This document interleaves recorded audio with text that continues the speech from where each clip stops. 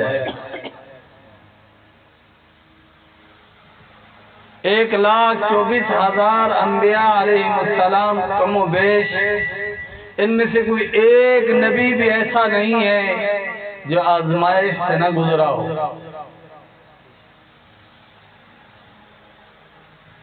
جو شخص یہ سوچتا ہو کہ میں مذہب کے ساتھ جڑ جاؤں گا، دینداری کو اپنانے کے بعد یہ اعتراضات میں شروع کر دوں کہ جی میں تو بے دین آدمی ہوں، میں تو گناہگار آدمی ہوں، مجھ پر تو آزمائشیں آئیں سمجھ آتی ہے، لیکن نماز پڑھنے والے پر، قرآن پڑھنے والے پر، اللہ اللہ کرنے والے پر مصیبتیں اور پریشانیاں کیوں آتی ہیں؟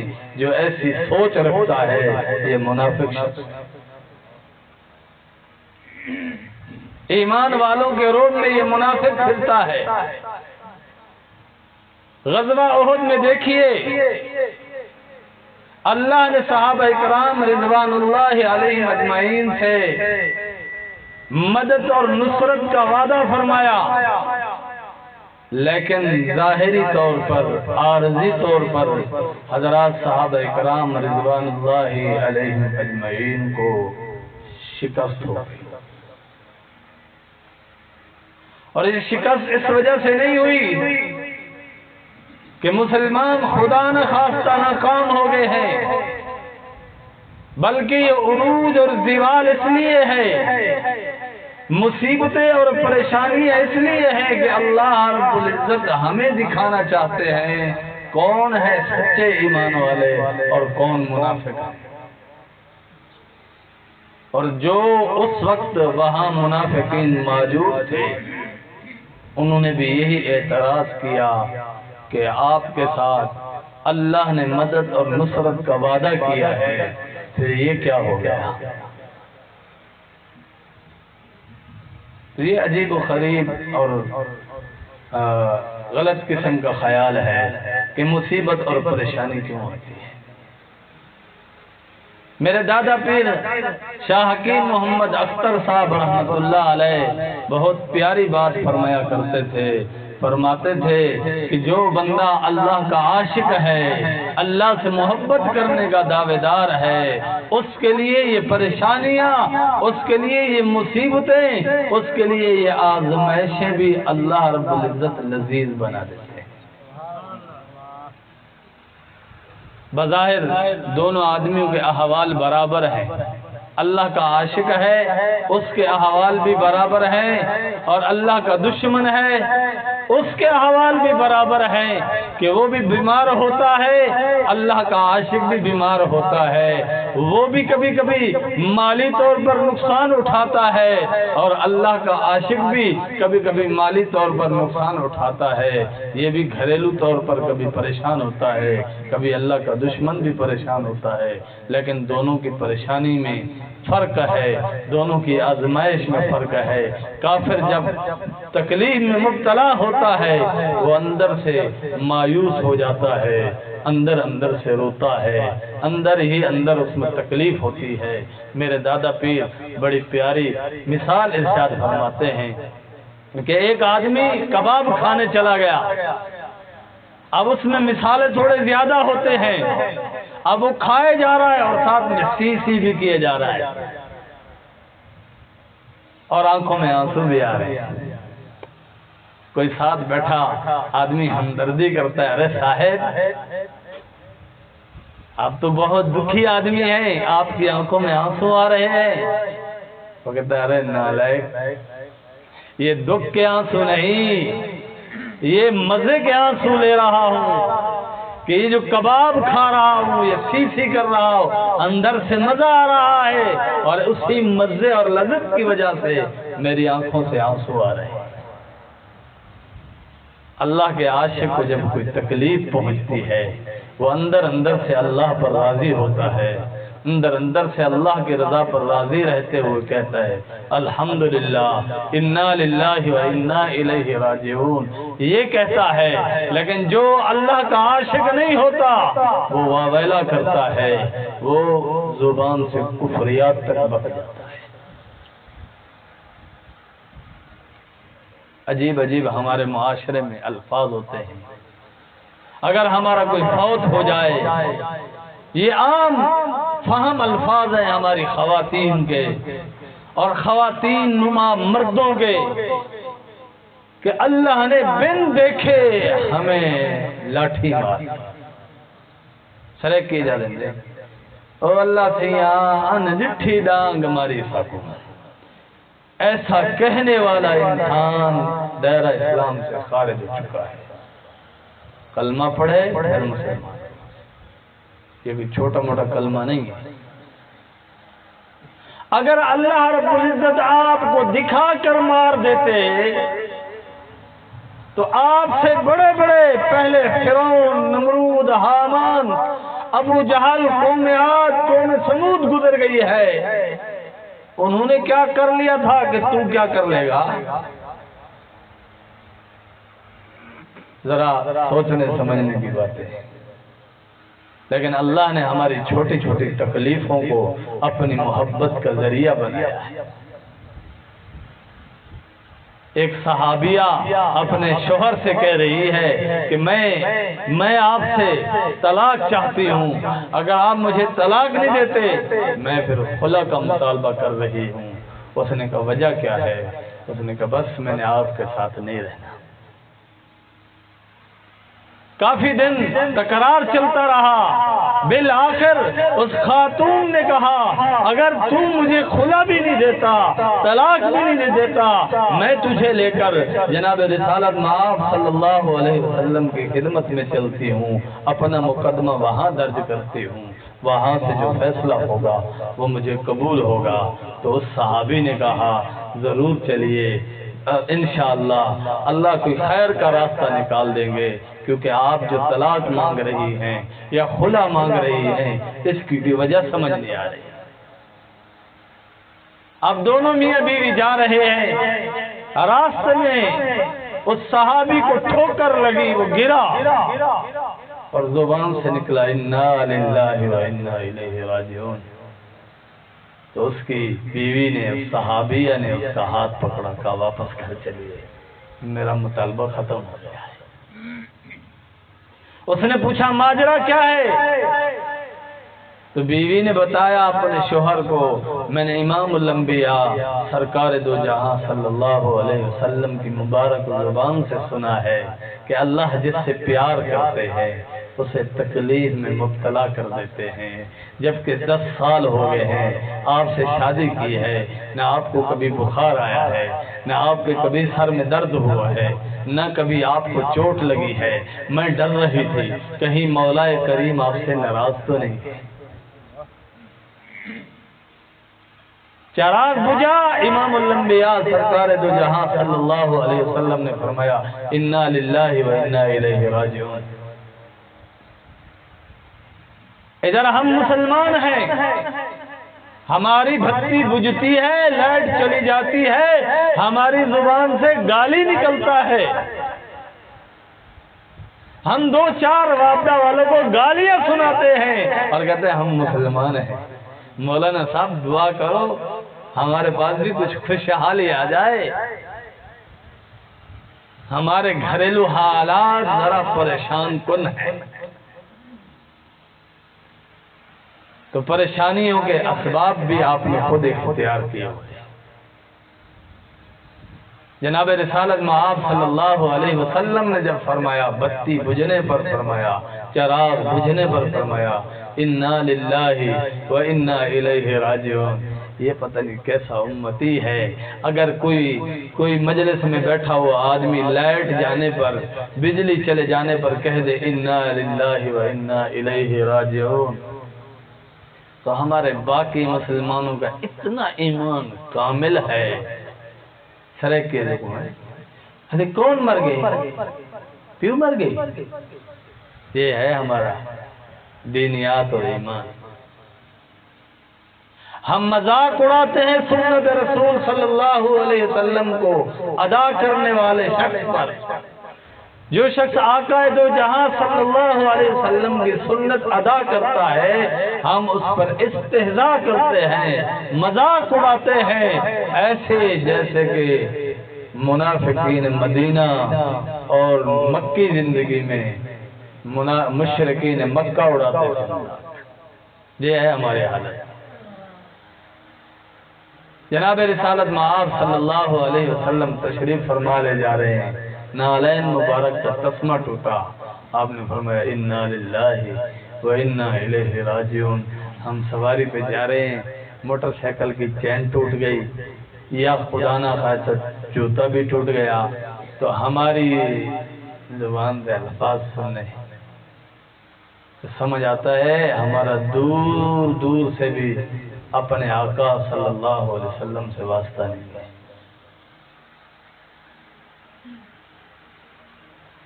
ایمان والوں کی, اللہ کے عاشقوں کی, اللہ سے محبت کرنے والوں کی یہ شان ہے کہ جب بھی انہیں کوئی تکلیف پہنچتی ہے, اللہ رب العزت تھوڑی تھوڑی تکلیف پر اپنے عاشقوں کے مرتبوں کو بلند کرنا چاہتے ہیں, اپنے عاشقوں کے گناہوں کو معاف کرنا چاہتے ہیں. اللہ رب العزت اپنے محبت کرنے والے محب لوگوں کو چھوٹی چھوٹی بات پر ایمان کی حلاوت کا مزہ چکھانا چاہتے ہیں, لیکن ہم چکھنے کو تیار نہیں. ہماری زبان گندی ہے, ہمارا ذہن گندا ہے, ہمارا دل گندا ہے, ہمارا دل گندا ہے. آج کل یہاں ہمارے ماحول میں یہ بھی مہم چلی ہوئی ہے, وہ جی اللہ والوں کے پاس یہ بزرگ اکابر پرستی کیا ہوتی ہے, کیوں جاتے ہو ان کے پاس سیکھنے کے لیے کچھ. یاد رکھ لیجئے اللہ کی محبت کبھی کتابوں سے حاصل نہیں ہوگی. علم تو کتابوں سے حاصل ہو جائے گا, لیکن علم نور حاصل کرنا ہے کسی اللہ والے کے قدموں میں بیٹھنا پڑے گا, اللہ اللہ سیکھنا پڑے گا, مجاہدہ کرنا پڑے گا, آپ کو تکلیفیں اٹھانی پڑے گی, تب جا کر آپ کسی مقام پر پہنچو گے. اگر آپ ایسا نہیں کر رہے پھر یاد رکھیے آپ چاہے جتنا بھی قابل ہو جائیں کچھ بھی نہیں ملنے والا. مصر کی سرزمین میں ایک بہت بڑا عبداللہ قسیمی نامی مصنف گزرا ہے. اس نے ایک ایسی کتاب لکھی جس کے بارے میں اس وقت کے بڑے بڑے دنیا کے ممتاز ترین علماء نے کہا کہ اس شخص نے یہ کتاب لکھ کر جنت کا مہر ادا کر دیا ہے. لیکن اس نے کتاب تو لکھی لیکن تفردات کا شکار تھا. اسے جٹ بھی اتنا بڑا عالم ہے, ایک گال جو کیتی ہے سر وہ میاں سارے اکابرین سمجھے نے گھرن کے اصل گال اے ایک مولوی دے بچو کھڑے والے. بس کل تک جو ہم بھی کافی سارے اپنے اساتذہ اکرام مفتیان اکرام سے عرض کرتے تھے فلاں فلاں فلاں مولوی صاحب ایسے تھے, حضرات فرماتے تھے بیٹا یہ ان کے تفردات ہیں, بالآخر تفردات میں جب حد سے گزرے پھر ایسے گرے اٹھنے کے قابل نہیں ہیں. وہ مصنف بھی ایسا تھا کہ اتنا بڑا عالم تھا, زمانے میں اس سے بڑا عالم کوئی نہیں تھا. ایسی کتاب لکھی کہ زمانے کے بڑے بڑے علماء نے اس کے لیے کہا کہ اس نے جنت کا مہر ادا کر دیا. لیکن اس کے بھی تفردات تھے. اکابرین کے منہج سے ہٹ کر, اکابرین کا دیا ہوا جو راستہ تھا اس سے ہٹ کر اپنی آراء قائم کرتا تھا قرآن و حدیث میں. بالآخر وہ شخص گمراہ ہوا, ایک عورت کے عشق میں مبتلا ہو کر ذلیل و خوار ہوا, مرتد اور زندیق ہوا, دائرہ اسلام سے خارج ہو گیا. ایسا مت سوچیے. کہتے ہیں اہدنا الصراط المستقیم, اور جی سیدھا سیدھا راستہ تو ہے. خود قرآن پڑھو خود سمجھ لو, خود حدیث پڑھو خود سمجھ لو, خود ہی فیصلہ کر لو. اہدنا الصراط المستقیم کے بعد اللہ نے فرمایا صراط الذین انعمت علیہم, وہ راستہ ان لوگوں کا راستہ جن لوگوں پر اللہ نے انعام فرمایا. یہ رجال اللہ ضروری ہے.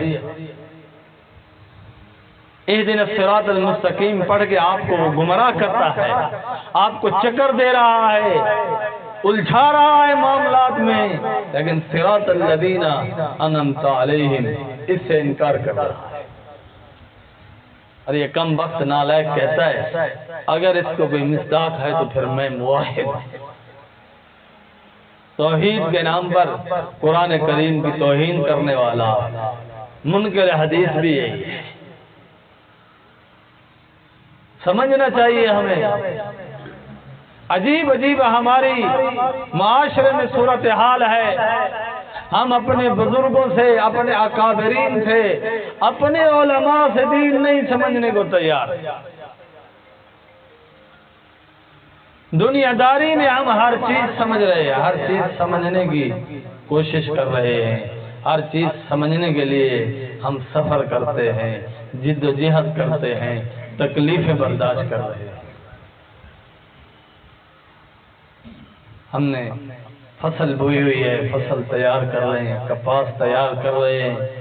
ہم ایک کے بعد نہیں کئی وہ محکمہ زراعت کے جو افیسر ہوتے ہیں ان سے ملاقاتیں کرتے ہیں اور بڑھ چڑھ کر خرچہ کرتے ہیں، لیکن اپنا دین بچانے کے لیے کوئی فکر نہیں. میں نے بھی ایک دن مدرسے میں اپنے طلباء سے کہا کہ بیٹا آپ کے والدین میں سے، یعنی آپ کا باپ، بھائی، کوئی بھی کبھی مدرسے میں نہیں آتا دیکھنے کے لیے؟ ہاں آتا بھی نہیں ہے، لیکن آپ کے گھر میں بھینسیں ہیں، گائے ہیں، بکریاں ہیں، اس کا کام گھر کے نیچے والے افراد کرتے ہیں. گھر کا سربراہ روزانہ جاتا ہے بھینسوں کو دیکھنے کے لیے، گایوں کو دیکھنے کے لیے کہ ان کی خدمت صحیح ہو رہی ہے نہیں ہو رہی. تو میں نے اپنے مدرسے کے بچوں سے کہا بچوں آپ ان گایوں سے، بھینسوں سے بھی بدتر ہو، کیونکہ آپ کا باپ کبھی مدرسے کی چار دیواری کے اندر قدم ہی نہیں رکھتا. اب استاد اکیلا بچے کی کیا تربیت کرے؟ آپ کے سامنے بچے نے ساری دعائیں آپ کو سنائی روزمرہ کی. اب ہمارا فرض ہے، ہم نے یاد کروائی. ہر ہفتے کے بعد ہم طلباء سے تشویش کرتے ہیں کہ بیٹا آپ نے یہ چیز پڑھی ہے، گھر میں عمل کر رہے ہو، سوتے ہوئے آپ دعا پڑھتے ہو، اٹھتے ہوئے دعا پڑھتے ہو، ڈر جاؤ تو دعا پڑھتے ہو، گھر میں داخل ہوتے ہو دعا پڑھتے ہو، جب نکلتے ہو دعا پڑھتے ہو. تو اکثر جواب ملتا ہے نہیں. اب والدین ملے تو ہم بتائیں جناب فلاں فلاں چیز آپ کے بچے کو ہم نے یہ یاد کروا دی ہے، اب آپ اس کی نگرانی کیجیے گھر میں کہ یہ عمل کر رہا ہے یا نہیں کر رہا. عجیب و غریب صورتحال ہے آج. اگر ہمارا بچہ اسکول پڑھتا ہے ہم بڑی ذمہ داری کے ساتھ اس کی نگرانی کر رہے ہیں، اچھی طرح اس کے اساتذہ کو ملتے ہیں، پوری طرح بچے کی خبر گیری رکھتے ہیں. لیکن جو آدمی ہمارے بچوں کو قرآن کی تعلیم دے رہا ہے، اللہ کا دین پڑھا رہا ہے، محمد عربی صلی اللہ علیہ وسلم کی شریعت ان میں منتقل کر رہا ہے، یہ بچے ہمارے پاس ایسے پھر رہے ہوتے جیسے یتیم اور لاوارث، ان کا کوئی ولی وارث نہیں. ڈر کیا لگ رہا ہے؟ مدرسے میں جائیں گے شاید کوئی مدرسے کی ضرورت سامنے رکھ دیں.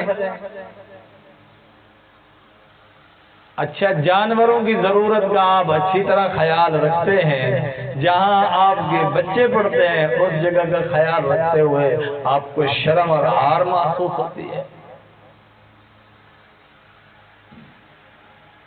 کیسے ہم لوگ ہم اس پر روزانہ صبح و شام انا للہ و انا الیہ راجعون پڑھتے ہیں۔ اکثر بچوں کو دیکھ کر میں پڑھتا ہوں انا للہ و انا الیہ راجعون۔ بچے بڑے ذہین ہیں لیکن پیچھے ان کی خبر گیری کرنے والا کوئی نہیں۔ اب استاد صاحب کیا کریں، اس کی ہڈیاں توڑے، اس کا بازو توڑ کے آپ کے گھر بھیج دے کہ آپ اس کو جیل میں کروا دیں، بس اتنا تو آپ معاشرے کے افراد کر سکتے ہیں، لیکن خبر گیری والا کوئی نہیں، پیچھے چل کر آنے والا کوئی نہیں ہے۔ اگر کوئی چل کر آتا بھی ہے کبھی، ابھی تک آیا کوئی نہیں ہے، لیکن کسی اور سلسلے میں ہم سے لوگ مل بھی جاتے ہیں تو اپنا لیکچر سناتے ہیں، اپنی خاص قسم کی وہ صفات عالیہ بیان کرتے ہیں کہ میں ایسا میں ایسا میں ایسا میں ایسا، بس اپنی گیدڑ سنگیت سمجھاتے ہیں۔ دینداری کے متعلق کسی قسم کی کوئی گفتگو سننے کو تیار نہیں ہے، بس ایسے کہ ہوائی باتیں ہوں گی، دین کے نام کی باتیں کریں گے، بڑا اچھا ٹیٹ قسم کا لیکچر سنائیں گے اور چلے جائیں گے۔ امام بخاری رحمۃ اللہ علیہ نے ایک کتاب لکھی ہے الوحدان، اس میں ایک حدیث نقل کی، ایک بار جناب رسالت مآب صلی اللہ علیہ وسلم نے جمعہ کے خطبہ میں ارشاد فرمایا کہ ان لوگوں کو کیا ہوا ہے جن کو اللہ رب العزت نے علم عطا کیا، علم کی سمجھ اور فہم عطا کر دی، لیکن وہ اپنے پڑوسیوں کو، اپنے ہمسایوں کو دین کے بارے میں نہیں بتاتے۔ پھر فرمایا ان لوگوں کو کیا ہو گیا ہے جو جاہل ہیں، دین کی سمجھ اور فہم نہیں رکھتے، وہ اپنے پڑوسیوں سے دین کے متعلق سوال ہی نہیں پوچھتے۔ یہ حدیث میں نے قاری صاحب کو بھی سنوائی ہے اور میں نے کہا ہے کہ ہمیں یہ فرض پورا کرنا ہے۔ اگر مولوی بن گئے ہیں تو یہ پیغام امت تک پہنچانا ہماری ذمہ داری ہے، اور الحمدللہ ہم صحیح معنی میں حق ادا نہیں کر سکتے، لیکن بہرحال اچھی کوشش کر رہے ہیں۔ میں نے کافی سارے دوستوں کو دعوت دی ہے، 2 دوست اور ہیں، الحمدللہ میں نے بھی جہاں جہاں دعوت دی ہے انہوں نے مجھے پہلے بتایا ہمیں فلانے یا فلانے دعوت دی ہے، لیکن مجلس میں نہیں آ رہے، ٹائم نہیں ہے۔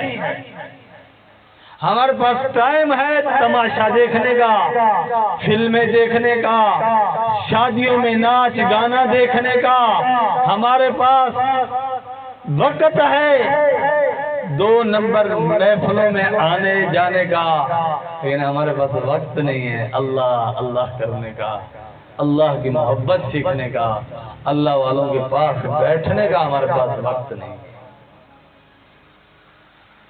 اگر خدا نہ خواستہ کہیں سے تبلیغی جماعت والے دوست آ کر آگے کھڑے ہو بھی جائیں کہ بھائی مہربانی کرو،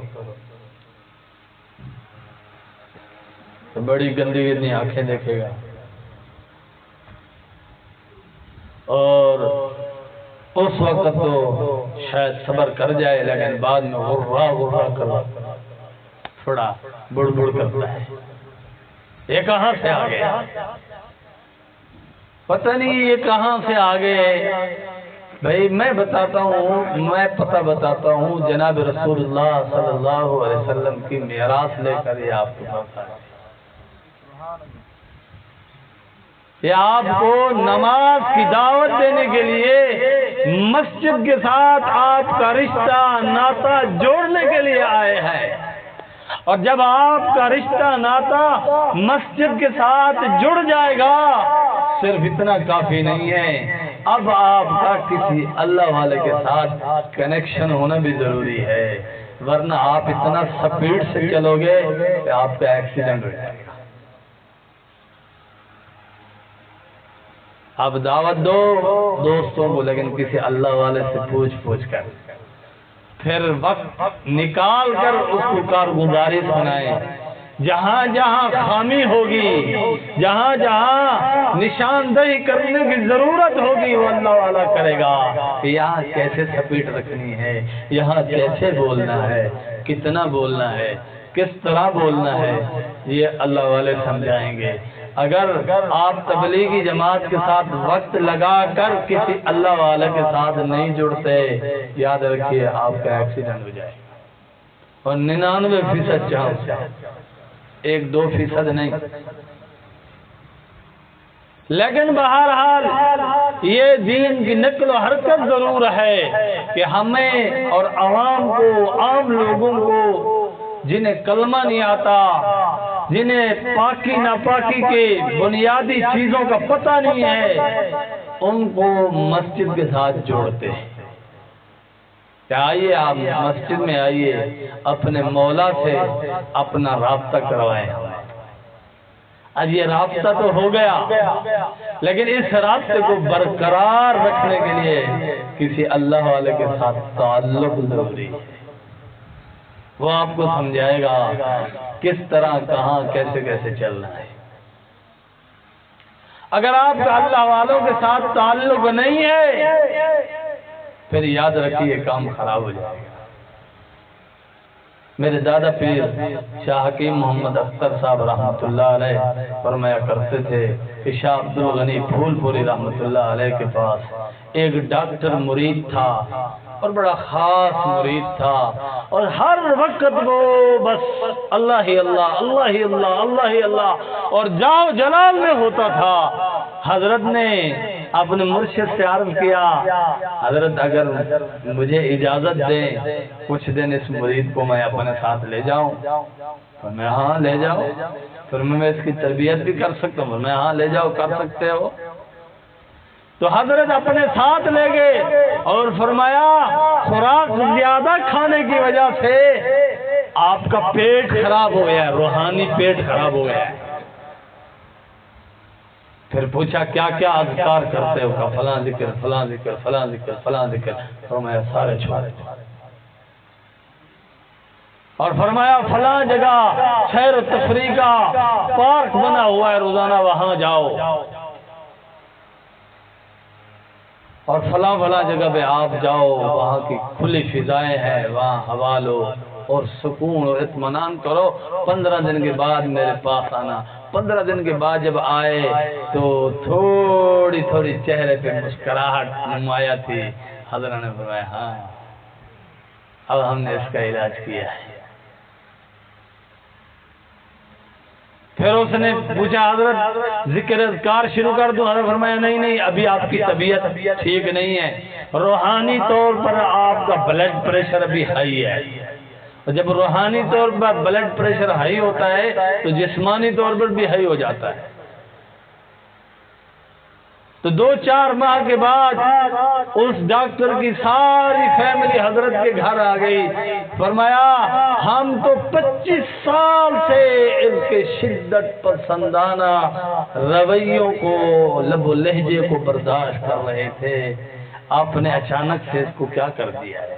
حضرت نے فرمایا اچانک سے ہم نے اس کا روحانی بلڈ پریشر کنٹرول کرنے کے لیے اس کو روحانی انجیکشن لگایا ہے۔ روحانی طور پر ہم نے اس کو ٹھیک کیا ہے۔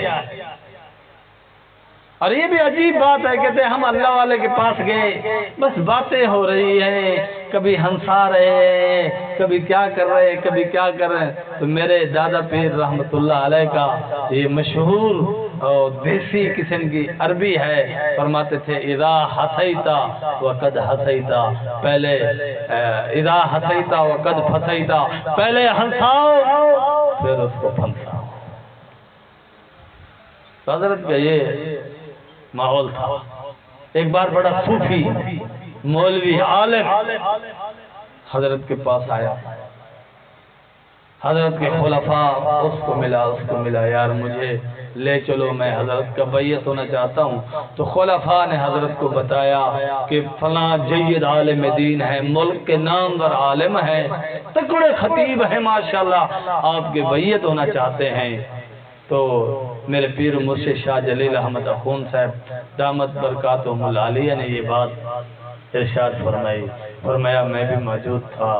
وہ صوفی اللہ والے بزرگ آئے، بڑی پگڑی تھی، ہاتھ میں تسبیح تھی اور پورا روب دھاپ تھا، اور جب آیا سامنے بیٹھا تو پہلے بچوں کے کھلونے ہوتے تھے اس میں سیل لگتے تھے، پہلے چھوٹے موبائل میں بھی یہ ہنسنے والا ایک ٹون ہوتا تھا، چھوٹا بچہ ہنستا ہے، حضرت نے اس کا بٹن دبایا تو وہ ساری مجلس ہنس پڑی، وہ پورے روب دھاپ کے ساتھ بیٹھا رہا۔ حضرت نے اپنے خلفاء سے فرمایا اسے لے جائیے، اس کے ہنسنے والے پرزے پہلے ٹھیک کرا کے لے آئیے۔